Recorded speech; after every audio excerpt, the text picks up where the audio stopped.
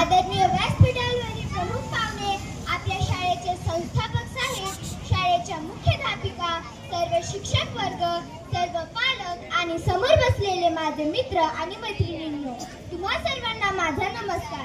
माझे नाव समृद्धी सुभाष खेडकर आहे. मी इयत्ता 6वीच्या वर्गात शिकते. भारत माता की जय. भारत माता की जय. मातरम. आज आपण सर्वजण स्वातंत्र्य दिनाच्या निमित्त एकत्र जमलेले आहोत.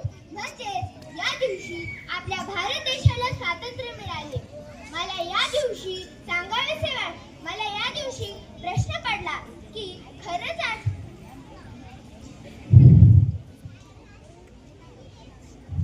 मला एक प्रश्न पडला, तसा तुम्हा सर्वांनाही एक प्रश्न पडला की स्वातंत्र्य म्हणजे काय, स्वातंत्र्य का मिळाले.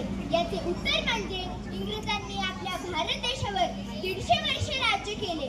राज्य केले म्हणजे काय आणि का राज्य केले. हुकुमशाही केली, अन्याय अत्याचार केला, कौटुंबिक हिंसाचार केला. आपल्या या देशात इंग्रज व्यापार करण्यासाठी आले आणि आपल्या मातृभूमीत राहून राज्य केले, ते पण 150 वर्षे राज्य केले. मित्रांनो, आपल्याला हे स्वातंत्र्य सहज मिळाले असेल का. यासाठी अनेक क्रांतिकारक नेत्यांना आपल्या मातृभूमीत जन्म घ्यावा लागला. ते क्रांतिकारक म्हणजे डोळ्यात सतत भारत भूमीच्या स्वातंत्र्याचे स्वप्न आणि ओठावर नेहमी इन्कलाब जिंदाबादचा नारा. अन्यायाच्या विरोधात पेटून उठणारे आणि हसून फाशीचा दोर गळ्यात घालणारे ते क्रांती सूर्य होय. 23 मार्च 1931 रोजी हसतमुखाने मृत्यूला कवटाळणारे आणि इतिहासात अमर झाले ते क्रांती सूर्य शहीद भगत सिंग होय. सरफरोश की तमन्ना अब हमारे दिल में है. सरफरोश की तमन्ना अब हमारे दिल में है. देखना है जोर कितना बाजू एक कातिल में है. देखना है जोर कितना बाजू एक कातिल में है. ए शहीदा, ए मुल्को, ओ मिल्लत, मैं तेरे ऊपर वक्त आने दे. बता देंगे तुझे ए आसमान, बता देंगे तुझे ए आसमान.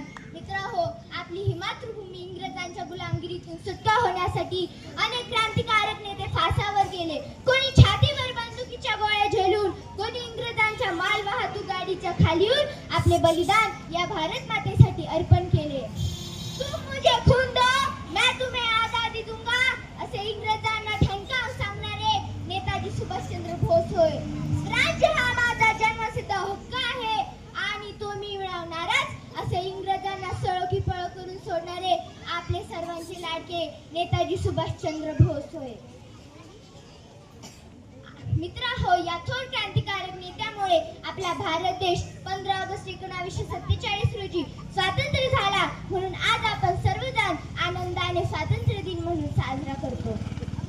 मला या दिवशी सर्वांना सांगावेसे वाटते की खरेच आज आपण सर्वजण स्वतंत्र आहोत का. आपल्या माता भगिनी सुरक्षित आहेत का. आपल्या भारत देशातील जनता सुखी आहे का. सर्वांना समान न्याय आहे का.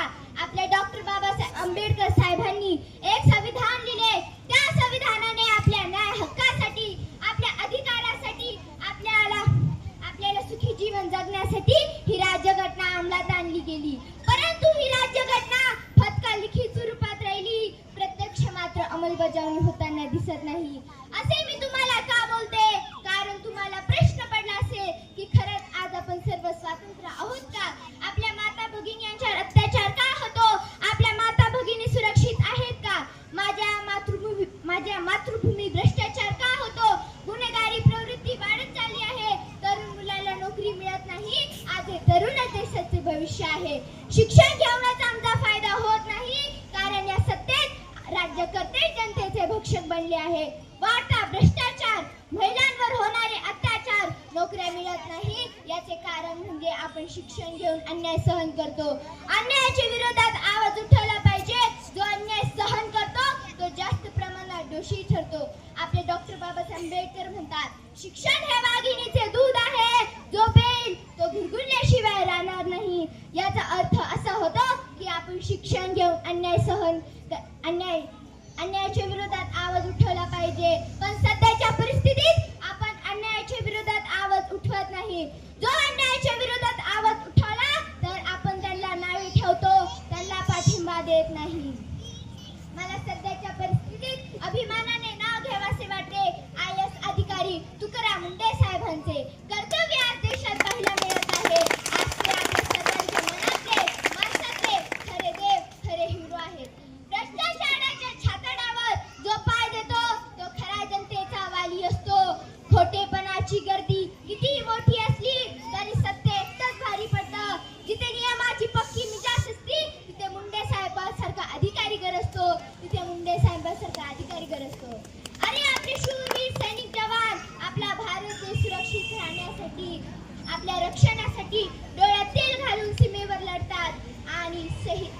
ब्रिटिश सैनिक सीमेवर शहीद होतात.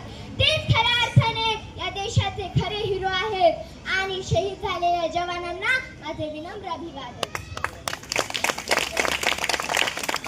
आणि या जगाचा पोशिंदा असणारा शेतकरी राजा, म्हणूनच मला अभिमानाने म्हणावेसे वाटते, जय जवान जय किसान. आता आपण सर्वजण एकत्र मिळून घोषणा देऊया. भारत माता की जय. भारत माता की जय. वंदे वंदे.